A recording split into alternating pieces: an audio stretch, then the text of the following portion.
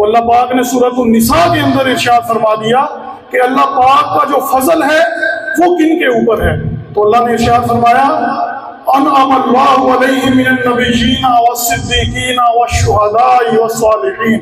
تو یہ کہ اللہ پاک فرما رہا ہے کہ میرا فضل جو ہے یہ تمام نبیوں پر ہے، تمام صحابہ پر ہے. سب سے بڑے صدیق جو ہیں وہ حضرت ابو بکر صدیق رضی اللہ تعالیٰ عنہ ہیں، آپ پر بھی اللہ پاک کا فضل ہے. اسی طرح ارشاد فرمایا اللہ پاک نے کہ جو اللہ کی راہ میں اپنی جان قربان کر دے ان کے اوپر بھی اللہ کا فضل ہے. اور آخر میں ارشاد فرمایا والصالحین، اللہ پاک کے جو نیک اور پاکیزہ بندے ہیں، جو ظاہراً بھی پاک ہیں اور باطناً بھی پاک ہیں، اللہ پاک کا فضل ان کے اوپر بھی ہے. تو نماز کے اندر ہم پڑھتے ہیں سورۃ الفاتحہ کے اندر کہ یا اللہ ہمیں ان لوگوں کے راستے پر چلا